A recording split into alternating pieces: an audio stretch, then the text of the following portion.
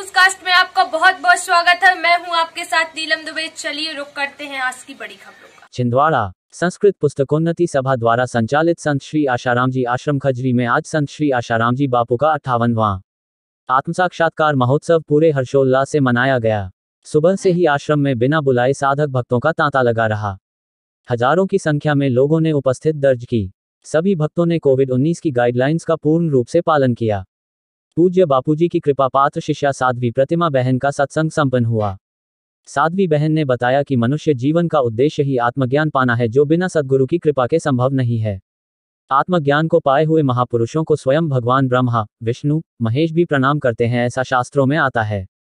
साधकों की भीड़ जो बिना बुलाए या बिना प्रचार प्रसार के यहाँ उपस्थित है, यही पूज्य बापूजी का चमत्कार है। यही ब्रह्म ज्ञान की महिमा है।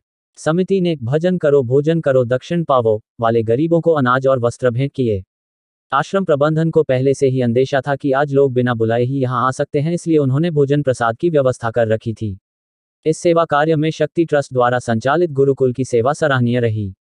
कार्यक्रम में श्री योग वेदांत सेवा समिति के अध्यक्ष मदन मोहन परसाई, खजरी आश्रम के संचालक जयराम भाई, गुरुकुल संचालिका दर्शना खट्टर, महिला उत्थान आश्रम की संचालिका साध्वी नीलू बहन, लिंगा आश्रम से साध्वी रेखा बहन, युवा सेवा संघ के अध्यक्ष दीपक दोईफोड़े, पीआर शेर के एमआर पराड़कर, शंभू दयाल साहू, गेंद्राव कराडे मुख्य रूप से उपस्थित थे।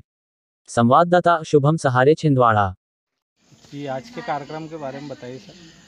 आज हम सभी लोग परम पूज्य संत श्री आशाराम जी आश्रम खजरी छिंदवाड़ा में पूज्य बापू जी के 58वें अवतरण दिवस 58वें साक्षात्कार दिवस का कार्यक्रम संपन्न कर रहे हैं। आज साक्षात्कार का मतलब होता है आत्मज्ञान प्राप्ति करना। जिस तरह गौतम बुद्ध को बोधित्व प्राप्त हुआ था बोधि वट वृक्ष के नीचे, उस प्रकार बापू जी को भी आज से 58 वर्ष पूर्व जो है आज साक्षात्कार प्राप्त हुआ, ज्ञान प्राप्त हुआ था। उसका हम लोग इस बार 58 का वर्ष हो चुके हैं उसको जो है, तो उस आयोजन को हम लोग भव्य रूप से मनाते हैं।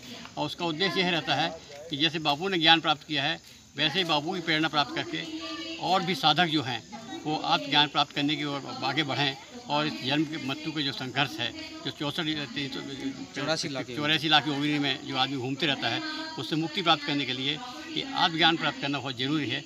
यही इस कार्यक्रम का उद्देश्य है और यही बापू जी का संदेश है कि जैसे मैंने ज्ञान प्राप्त किया है वैसे आप लोग प्राप्त करो। इसी ये बापू जी का संदेश है। तो ये कार्यक्रम आज खजरी आश्रम में मनाया जा रहा है। हम लोगों यहाँ भव्य रूप से कार्यक्रम मनाया जा रहा है। दीदी का सत्संग चल रहा है और इसी तरह का जो आयोजन है देश के तमाम 450 आश्रमों में 11 समितियों में अपने अपने स्तर से ये कार्यक्रम मनाया जा रहा है और सभी लोग इसकी प्रेरणा दे रहे हैं। हर साल जो है रैली निकलती थी, संकीर्तन यात्रा होती थी, लेकिन कोविड की गाइडलाइन के पालन करते हुए हम लोग आश्रम में ही कार्यक्रम कोविड गाइडलाइन का पालन करते हुए मना रहे हैं। हरिओम हरिओम। आपका परिचय?